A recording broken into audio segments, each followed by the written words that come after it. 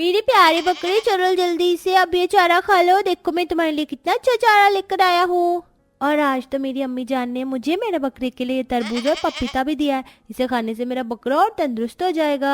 कुछ वक्त में बकरा ईद आने वाली थी, जिसके चलते सभी बच्चे अपने बकरों के साथ खेल रहे थे। तभी उन्हीं बच्चों से थोड़ी दूर बैठा हुआ 7 साल का सूफियान उन सभी बच्चों को अपने बकरों के साथ खेलता हुआ देख रहा होता है।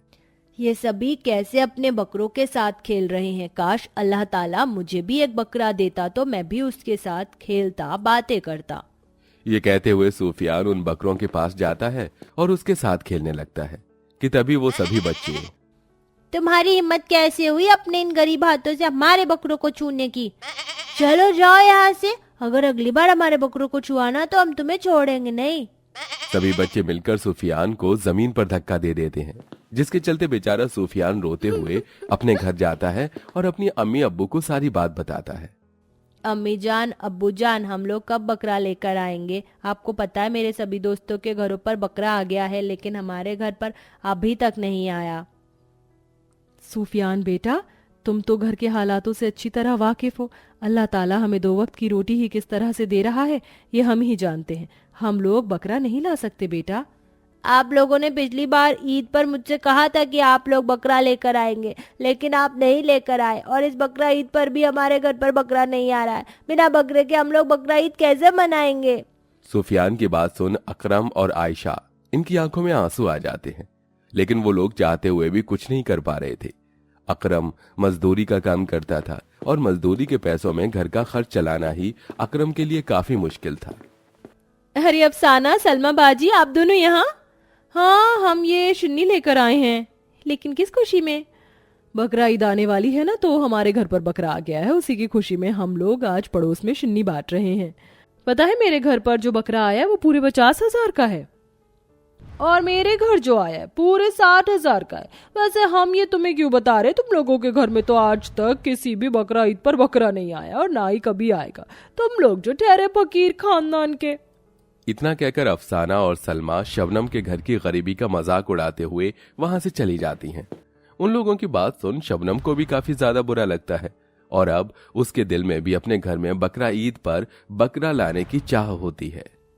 भाईजान, हम कोई बड़ा ना सही लेकिन एक छोटा बकरा तो ला ही सकते हैं ना? शबनम, बकरा ईद के करीब छोटे बकरों की भी कीमत कई ज्यादा गुना हो जाती है। हम लोगों की हैसियत में नहीं है कि हम लोग रईस लोगों की तरह बकरा ईद पर बकरा खरीद सकें। हर साल की तरह हमें इस साल भी बकरा ईद सूखी रूखी ऐसे ही मनानी पड़ेगी। अकरम की बात सुन सभी परिवार वाले उदास हो जाते हैं। पूरा परिवार हर रोज देखता है कि कैसे उनके आसपास में रह रहे लोग अपने बकरों के साथ खेल रहे हैं, उन्हें घुमाने ले जा रहे हैं, उनके लिए तरह तरह की घंटियां भी लेकर आ रहे हैं। ये सब देख पूरे परिवार को मन ही मन काफी ज्यादा दुख होता है। इसी के साथ बकरा ईद का दिन जल्दी जल्दी करीब आने पर हर जगह बकरा ईद की रौनक होती है। हर कोई अपने घर की सजावट में लग जाता है। सभी लोग बकरा ईद के लिए कपड़े खरीद रहे होते हैं। ये सब देखकर अम्मी जान, आपने बकरा लाने से तो हमें इनकार कर दिया, लेकिन क्या इस साल भी हम नए कपड़े नहीं पहनेंगे और हमारा घर इस साल भी हर साल की तरह सूना ही रहेगा? सूफियान बेटा, जब अल्लाह ताला को यही मंजूर है तो हम क्या कर सकते हैं। लगता है अल्लाह ताला ने हमारी किस्मत में सिर्फ गरीबी और हर मोड़ पर इम्तिहान देना ही लिखा है। अल्लाह ताला पर भरोसा रखो, एक दिन सब कुछ ठीक हो जाएगा। आयशा सूफियान को गले से लगा लेती है। वहीं अकरम अपने बेटे की बात सुन लेता है, जिसे सुनकर उसकी आंखों में आंसू आ जाते हैं। क्या हुआ अकरम भाईजान? आप कुछ दिनों में कुछ ज्यादा परेशान लग रहे हैं। अपने मजदूर साथी असलम के पूछने पर अकरम उसे सारी बात बताता है, जिसे सुनकर अरे अकरम भाईजान, ये बात आपने मुझे पहले क्यों नहीं बताई? आप हमारे सेठ जी से कुछ पैसे ले लीजिए। ईद के वक्त हमारे सेठ जी मजदूरों को उधार के तौर पर पैसे दे देते हैं। आप उन पैसों से अपने परिवार के लिए ईद का सामान ले आइएगा। अरे असलम, तुम्हारा बहुत बहुत शुक्रिया। अल्लाह करे कभी तुम्हारे परिवार वालों को किसी परेशानी का सामना न करना पड़े। अकरम अपने सेठ से कुछ पैसे उधार मांगकर अपने घर के लिए ईद का सामान ले आता है, लेकिन इन सब में से सूफियाना और पूरा परिवार खुश नहीं होता। कपड़ों के बिना हम ईद मना लेते हैं, लेकिन बकरा ईद पर बिना बकरे की ईद कैसे मनाएंगे?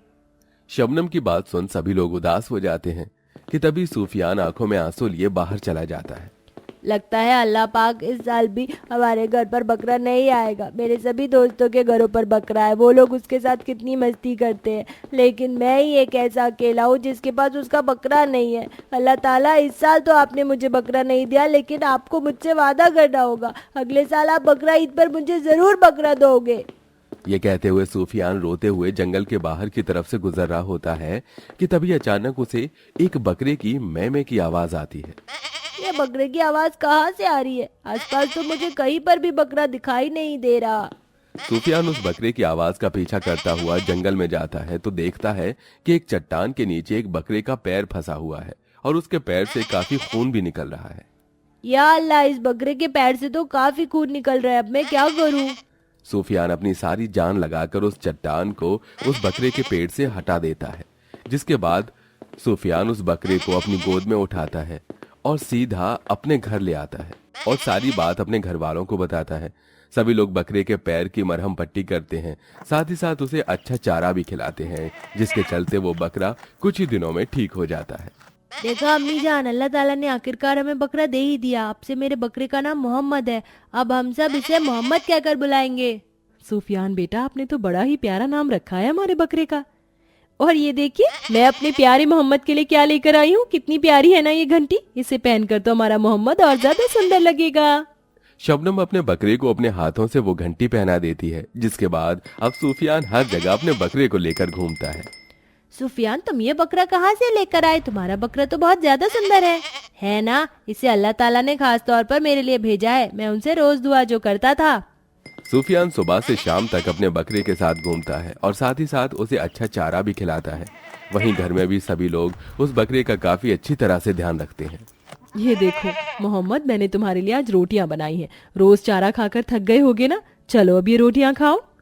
आयशा अपने हाथों से अपने बकरे को रोटी खिलाती है। वहीं अब शबनम और सूफियान मिलकर बकरे को नहलाते हैं। कितना शरारती है हमारा मोहम्मद, देखो कैसे सारे पानी की छींटे हम पर डाल रहा है। वो तो डालेगा ही ना, मेरा बकरा जो है बिल्कुल मुझ पर गया है।